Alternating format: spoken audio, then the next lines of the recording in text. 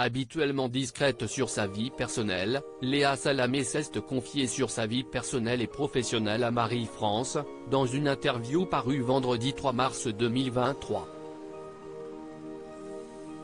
La présentatrice de Quelle Époque est notamment revenue sur la manière dont elle a évolué vis-à-vis de son statut de journaliste politique, en particulier depuis qu'elle est à la tête du talk-show de France 2.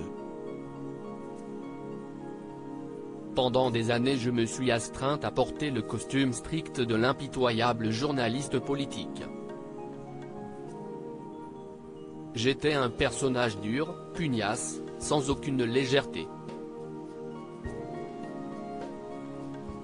Dans Quelle Époque, j'enlève la veste, le masque froid. Je me marre, a-t-elle admis.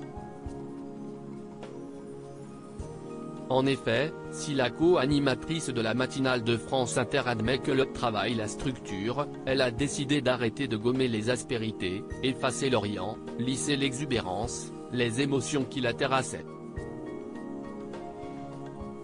Désormais, CIST s'en faut semblant qu'elle poursuit son parcours. Un parcours pour le moins brillant professionnellement, mais pas seulement.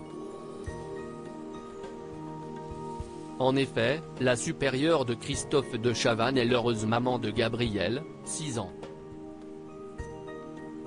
Un rôle de chef de famille qu'elle n'aurait pas forcément cru endosser il y a quelques années, et pourtant. Un homme m'a donné envie de devenir mère-fille d'un intellectuel et ministre libanais, professeur à Sciences Po Paris. Léa Salamé a eu l'indépendance comme modèle. Acharnée de travail, celle qui se met constamment la pression de l'excellence a longtemps repoussé la question de fonder ou non une famille, concentrée sur mes relations amoureuses, mes objectifs, ma carrière. J'éludais la question d'avoir un enfant. Je craignais de ne pas être capable, responsable. Une rencontre, fin 2015, a fait l'évidence. Un homme m'a donné envie de devenir mère, a-t-elle déclaré. Cet homme, CIST l'essayiste et militant Raphaël Glucksmann. Un coup de foudre et prise de conscience pour la journaliste. En 6 mois, j'étais enceinte, a-t-elle confié. Un tournant sans précédent dans son quotidien de femme active, qui a continué de développer sa carrière tout en élevant son fils.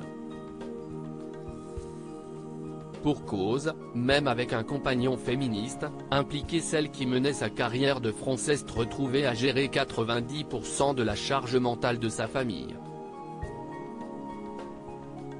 Une responsabilité qu'elle ne lâcherait toutefois pour rien au monde, aussi trépidante soit-elle. Cette vie de famille reste un plaisir.